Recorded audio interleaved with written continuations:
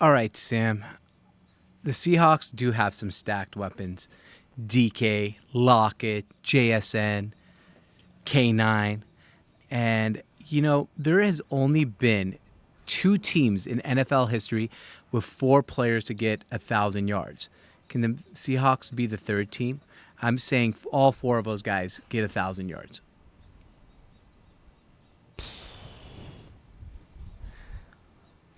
I don't think it can happen. The Colts did it in 2004 with Marvin Harrison, Reggie Wayne, Brandon Stokely, and Edge James.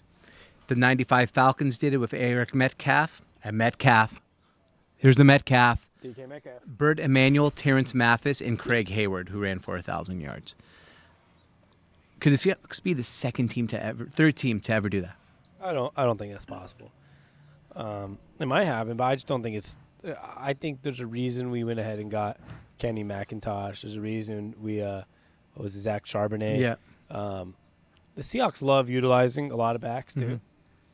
Mm-hmm. And we have tight ends that Gino's going to throw to, and with Fant and Disley. There's always a 4th receiver. There's always like the Marquise Goodwin that takes like 300-400 yards from a receiver for the Seahawks.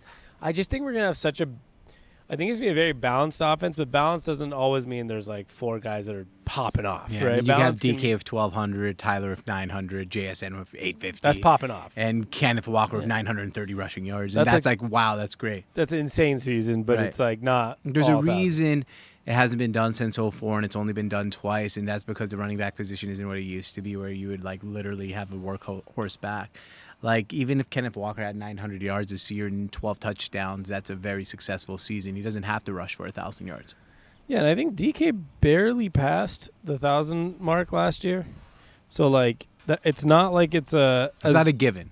Yeah, as good as DK was last year, he was at 1,048 yards. Yeah. So like, it's hard to get 1,000 yards. Although, we have to remember, those there all are happen. 17 games now. Those all happen with 16. That's what I was saying. You got to remember it's 16. Now it's 17. So that makes it a higher chance. But Gino would have to play out of his mind to get 3 receivers 1,000 yards also. I know. And then you'd need Kenneth Walker to just be like a workhorse. Like, I don't even know how that happened in the past. Like, how many times did how many yards per rush was the running backs getting? Like, you have to have an insane offense for that to happen. So I'm going to go with a simple not happening. Okay. Me too, but I just think it's cool just to talk about it. Yeah, I mean, the odds are in the favor of not happening because it's happened twice ever. But I do think, like we were saying, you can have a guy at 1,200, a guy at 900, another guy at 800. The offense, that's a historical type of receiving core without passing that. Yeah, the one thing I do want to say, though, is like I also don't think it's going to happen, but just the fact that we're talking about it here, we have some freaking amazing weapons, man. Yeah, our weapons are insane. I mean, the Jackson Smith and Jigba pickup, he's probably the best receiver in the draft. Mm-hmm. DK Metcalf has been sensational. Tyler Lockett, I mean, if you're not a Seattle Seahawks fan listening to this for some reason, I'm just going to say, like, he is one of the most underrated players in the NFL. He's absolutely year in and year out one of the top 10 to 12 receivers in the league and doesn't get much recognition for it. He doesn't get he's been better than OBJ for the last 10 years and doesn't get a single word about him, and OBJ is like a superstar still somehow. If only he could dance like OBJ does. Yeah. Or if he had a one-handed catch. Tyler Lockett's just smart and goes down so he doesn't get hit. And Jackson Smith is learning from Lockett and Metcalf. That's not like a... Yeah, he's a rookie. To get 1,000 yards as a rookie would be very, very insane. Yeah, he's not Justin Jefferson. No.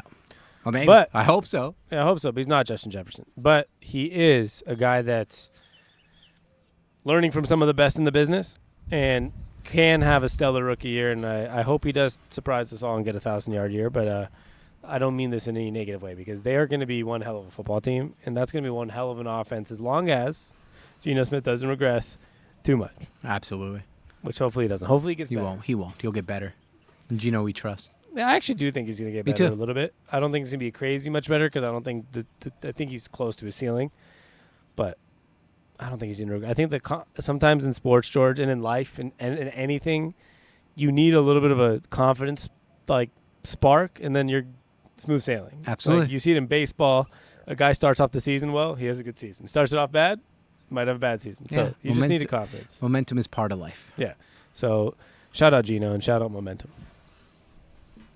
Can you shout out Momentum for me? Shout out Momentum, baby. Thank you. Just want some momentum love here. That's all we got for today. The Sports on Tap Seattle podcast, 2 parts, Mariners, Seahawks. You can find us everywhere at SONT Seattle. SONT stands for Sports on Tap. SONT Seattle. That's on Instagram, Twitter, YouTube, Facebook, wherever, TikTok, wherever you want to find us. At Mariners on Tap, specifically on Twitter, realistically. And there's Mariners stuff mixed in on our Seattle pages everywhere. And make sure you guys like and subscribe to everything. YouTube, podcast. We need the love. We do. More love, the better, baby. It's good momentum. Shout out Momentum, right? Absolutely. Thank you. We're all about momentum on this podcast, and we're all about Seattle sports. And, George? What's up, man? You know what we like to say? Thanks for stopping by. We'll see you guys next time. Peace.